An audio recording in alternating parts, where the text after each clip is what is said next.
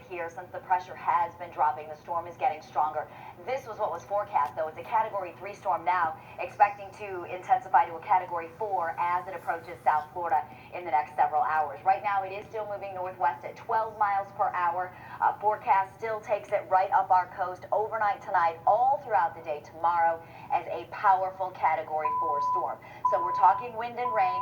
The windshield shows the tropical storm force winds well inland, not just at the coast. The strongest winds, the hurricane force winds, will be near the coast, of course, where we have the hurricane warning in effect. That's for Seminole and Orange and Osceola, but the tropical storm force winds will be felt well inland. Now, right now, it's breezy. We have some winds, 10, 15, even up to 25 miles per hour being reported at Palm Coast, coming in all of the northeast. This isn't directly related to Matthew, but these wind speeds are going to be increasing significantly as we head through the day. In fact, even just this afternoon, it is going to get downright gusty as the center of Matthew moves in closer and we start tightening up with those winds. But the actual hurricane force winds are expected not until overnight tonight into early tomorrow. And the maximum winds we're anticipating here along the coast, at least 115 miles per hour, especially near the center of the storm and then back around. So on either side of the center, the biggest winds are always right of the center. So we would love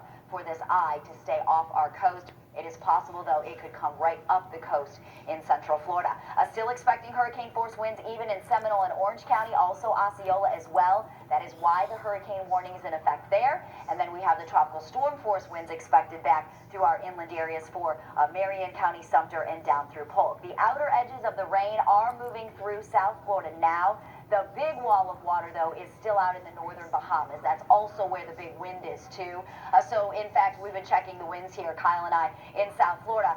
They're actually about as breezy as we are. So it's not super gusty yet, but as those squally bands keep coming in there and then here, our winds will begin to increase, especially inside some of these rain showers. At this point, there is rain along I-4. A couple of downpours, in fact, showing up. Now, it's fairly light in most of Flagler County, but right along I-4 between DeLand and Deltona, we've got some pretty good downpours happening. Over Daytona Beach, the rain's coming down pretty steady.